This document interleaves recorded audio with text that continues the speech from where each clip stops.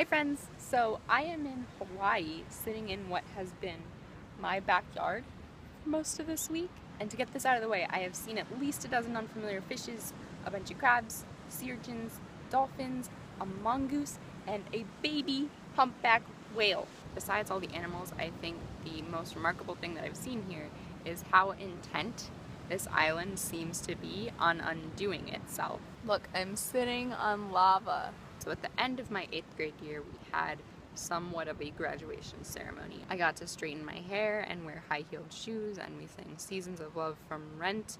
And at the end of it all, I just started sobbing. My friends asked me what was wrong, and I said to these girls who were graduating from my tiny Catholic middle school to all go to my same tiny Catholic high school in the fall, everything is gonna change and I don't want it to change. That summer I went to Jesus camp, discovered emo music, painted my fingernails black, and never hung out with any of them ever again.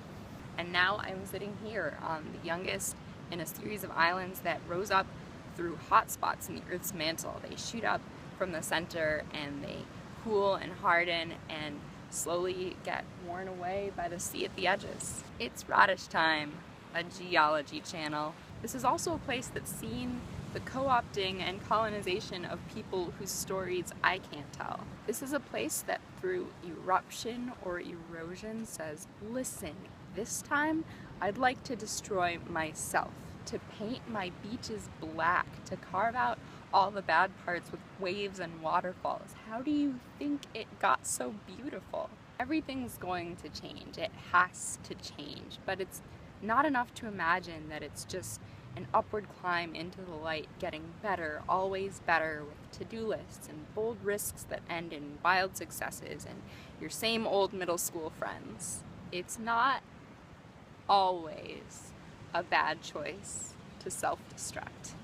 I'm gonna ask you 2 questions for comments. You can answer 1, 2, or both. 1, tell me a time where everything changed and you didn't want it to change. Or 2, describe to me your middle school graduation. Oh, if you like this video, you can subscribe if you're so inclined. You can also find me on all my social medias and links below. I'm gonna go enjoy this water, and I'll see you next week. Bye.